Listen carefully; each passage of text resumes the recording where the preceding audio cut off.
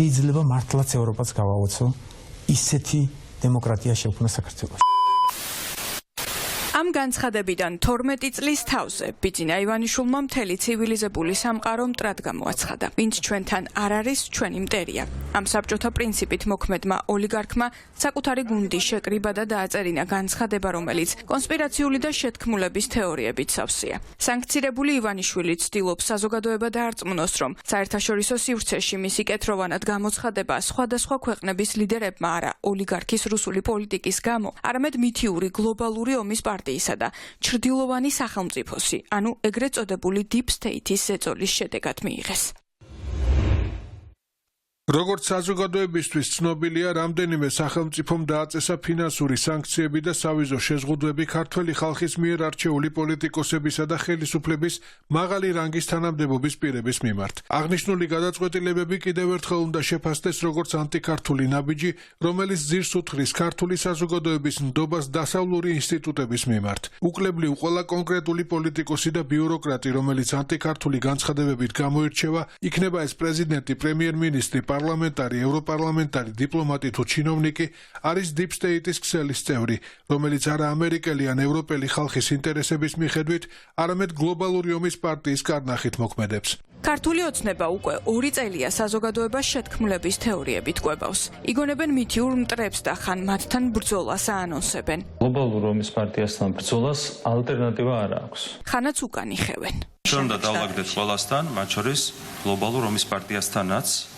მას შემდეგ რაც შეიცვლება ინტერესები. ამჯერად ისევ შეტევის ეტაპი დადგა. ქართულმა ოცნებამ ვაბანკზე წასვლა გადაწყვიტა. მიზეზი წნეხია, რომელიც ოლიგარქიულ რეჟიმზე დასავლეთიდან ხორციელდება. გაყალბებული არჩევნებისა და საქართველოს გარუსების მცდელობის გამო, შიდა და გარე ლეგიტიმაციის არ მქონე ოცნება ბოლო რესურსით ცდილობს დასავლეთის დემონიზებას და გავრცელებულ განცხადებაში 25-ჯერ ახსენებს ეგრეთ წოდებულ Deep States. გლობალურ ომის პარტიას კი 12-ჯერ. ამით კი ცდილობენ მათ ბოდვას მეტი დამაჯერებლობა შესწინონ.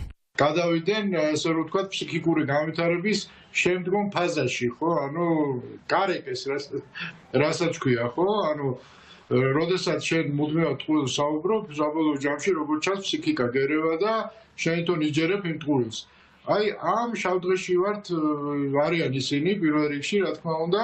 ფაქტობრივად მათი მამოძრავებელი ძალა ეხა არის ყოვლის მომცველი შიში. ხო, ეშინიათ ყველაფრის.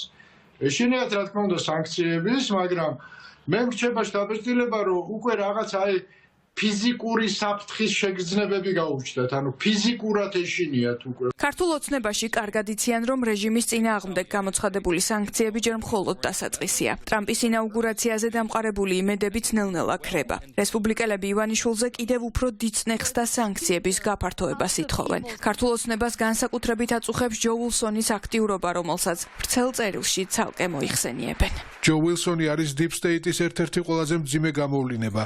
დეგრადირებული პოლიტიკოსი ნულოვანი პოლიტიკური კულტურით, რომელიც უხეშად გვემუქრება, რომ დაგვჯის თუ არ ვიომებთ. ოლიგარქმა ჯერ კიდევ 29 აპრილის ცნობილ გამოსვლაში თქვა, რომ ის არ არის არც პრეზიდენტი შევარდნაძე და არც უკრაინის ყოფილი პრეზიდენტი იანუკოვიჩი. რითაც ხალხს მიანიშნა, რომ საზოგადოების ნებას არ გაითვალისწინებს. არც შევარდნაძის მსგავსად დატოვებს თანამდებობას და არც იანუკოვიჩის მსგავსად დატოვებს ქვეყანას. დღევანდელი წერილით ივანიშვილი იგივეს იმეორებს.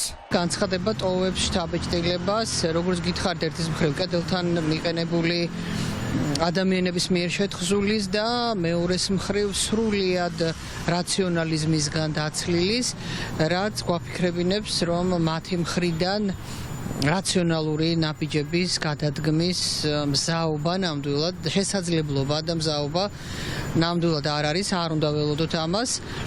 და შესაბამისად ნაბიჯები საქართველოს პროდასავლური საზოგადოების საპროტესტო ელექტორატის ამის გათვალისწინებით უნდა დაიგეგმოს. ქართული ოცნების ახალი ტერმინი ჩრდილოვანი სახელმწიფო, ანუ ეგრეთ წოდებული Deep State, მათი მოგონილი სულაც არ არის. ეს ფრაზა თურქეთში მე-20 საუკუნის დასაწყისში დაიბადა და აქამდე არაერთი შეთქმულების თეორიის საფუძველი გამხდარა. რითაც ოლიგარქის პარტიამაც იხეირა და საერთაშორისო იზოლაციაში მოქცეულმა ივანიშვილმა კიდევ ერთხელ მოუყვა საზოგადოებას ტყუილები. ოცნებამ დღევანდელი პარანოიდული განცხადებით აირჩია იანუკოვიჩის გზა ურბანის კარის იდეოლოგების ბოდვით დასაბუთებული. ივანიშვილი ამ გზას ბოლომდე მიაწვება და საერთაშორისო იზოლაციასთანაც მაქსიმალურ ადაპტაციას ეცდება. ამის დეკლარაციაა ეს ტექსტი. დიქტატურები თავისით არ სრულდება, დიქტატურებს ასრულებენ. ქართული ოცნება არ აპირებს საქართველოს ევროპული გზით ტარებას.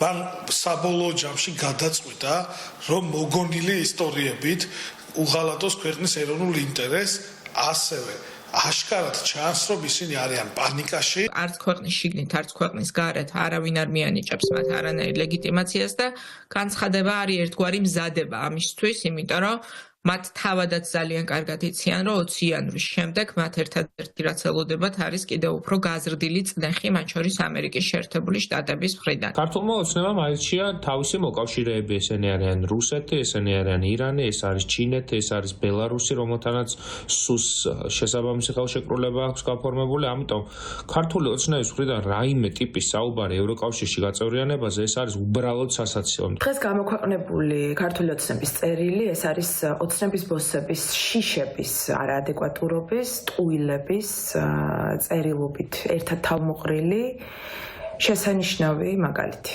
ამერიკასთან ერთად ბიძინა ივანიშვილი სანქციებს ევროპიდანაც ელის, ამიტომ ევროკავშირის ქვეყნებსაც წინსწრება ჩრდილოვან მმართველობაში ადანაშაულებს. ანუ ბიძინას ლოგიკით გადაწყვეტილებას არა ბირთვული სახელმწიფოს ლიდერი ემანუელ მაკრონი, არამედ ვიღაც მის უკან მდგომი უცნობი პირები იღებენ. ასე ამტკიცებენ კრემლშიც და ასე ამტკიცებს ივანიშვილიც.